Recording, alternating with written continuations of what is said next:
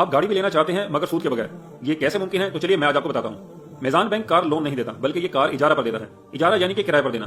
اس کا مطلب ہے کہ بینک آپ کے لیے گاڑی خریدتا ہے, گاڑی بینک کے نام پر رجسٹرڈ ہوتی ہے جب تک کہ آپ پوری ایک ساتھ ادا نہ کر دیں. آپ جو ماہانہ قسط دیتے ہیں اس میں ہوتا ہے نمبر 1 کرایہ اور نمبر 2 تکافل. کوئی کمپاؤنڈ انٹرسٹ نہیں, کوئی انٹرسٹ لون نہیں, کوئی حرام اسٹرکچر نہیں, کیونکہ یہ پیور ایسٹ بیک لیزنگ ہے. آخر میں بینک گاڑی آپ کو گفٹ کر دیتا ہے یا پھر آپ کو سیل کر دیتا ہے. جو سود اسلام جس لین دین کے معاملات کو سود کہتا ہے, اس نے اس کو اسلام کا نام بھی دے دیا. مثال کے طور پہ خضر نے گاڑی لینی تھی, ٹھیک ہے.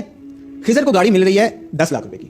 آج کل تو 10 لاکھ کی نہیں ملتی, لیکن چلو خضر کو مل رہی ہے فرض کریں. تو خضر کہتا ہے کہ جی یہ گاڑی میں لوں گا 10 لاکھ روپے کی, ٹھیک ہے. اب دکاندار نے کہا کہ دیں 10 لاکھ روپے. خضر نے کہا میرے پاس 10 لاکھ روپے تو نہیں ہے, میں آپ کو تھوڑے تھوڑے کر کے دے سکتا ہوں.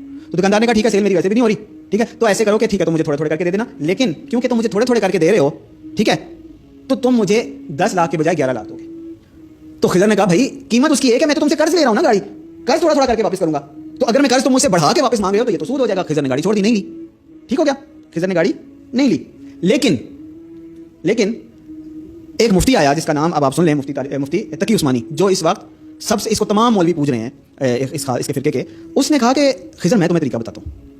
طریقہ یہ ہے کہ گاڑی کیونکہ تم اس سے لے رہے ہو, استعمال کی چیز ہے, تو تم استعمال بھی کر رہے ہو نا, تو رینٹ بھی تو بنتا ہے نا. ابھی تو رینٹ بھی تو بنتا ہے نا, تم نے پیسے جو نہیں دیے اس کے, رینٹ بھی بنتا ہے, پیسے جو نہیں دیے تم نے, تم استعمال کر رہے ہو تو رینٹ بھی تو دو نا اس کو. تو خضر نے کہا ہاں یہ تو بات کو سمجھ میں آ رہی ہے. لیکن خضر نے جب عبداللہ سے ڈسکس کیا تو عبداللہ نے کہا دیکھو وہ گاڑی تم اس سے لے چکے ہو, پیسے بعد میں دو گے. یہ تو طے ہو گیا نا کہ گاڑی تم نے خریدنی ہے, اسے خرید لی ہے, پیسے قرض ہیں. عبداللہ نے خضر کو سمجھایا کہ بھائی پیسے ابھی قرض ہیں, گاڑی تمہاری ہو چکی ہے, پیسے ڈیو ہیں, لہٰذا اس کا رینٹ نہیں بنتا. تو خضر کی سمجھ میں بات آ گئی کہ یہ جو مفتی تقی عثمانی نے فراڈ لگایا ہے کہ گاڑی تو تم خرید رہے ہو لیکن ابھی تم نے پیسے پورے نہیں دیے, لہٰذا اس کا رینٹ دو. تو مفتی تقی عثمانی نے آگے سے کہا کہ دیکھو بات سنو, گاڑی ابھی تمہاری نہیں ہوئی. ایک اور چال, گاڑی ابھی تمہاری نہیں ہوئی, جب تب تم پیسے پورے دے دو گے مجھے, سمجھ میں آ رہی تو صرف جب تم پیسے پورے مجھے دے دو گے تب گاڑی تمہارے نام ہوگی, سمجھ آ رہی ہے. ابھی کیونکہ تم نے پیسے پورے نہیں دیے, ابھی گاڑی تمہارے پاس ادھار ہے, آ رہی سمجھ. ابھی گاڑی میں تمہیں ادھار کے طور پہ دے رہا ہوں, جب تم مجھے 11 لاکھ روپے پورے کر کے دے دو گے تب گاڑی تمہارے نام ہوگی, تب تک گاڑی میری ہے. اب بتاؤ رینٹ بنتا ہے کہ نہیں بنتا؟ خضر نے کہا بھائی رینٹ تو بنتا ہے, بات تو صحیح کر گئے. جب تک میں پیسے پورے نہیں دوں گا گاڑی تو ان کی ہے, تب تک گاڑی ان کے نام رہے گی. جب پیسے پورے ہو جائیں گے گاڑی تب میرے نام ہوگی, لہٰذا رینٹ بنتا ہے. اب میں اس کا رینٹ دوں گا, دینا پڑے گا, ٹھیک ہے. 10 لاکھ روپے تو میں نے ویسے گاڑی کی قیمت ہو چکی ہے, تو رینٹ میں کیونکہ میں سے خرید بھی رہا ہوں, ٹھیک ہے, تو رینٹ میں ڈسکاؤنٹ بھی بنتا ہے. چلو رینٹ سال کا 3 لاکھ روپے بنتا تھا تو یہ مجھے 1 لاکھ روپے لے لیں گے کیونکہ میں سے خرید بھی رہا ہوں, آ رہی سمجھ.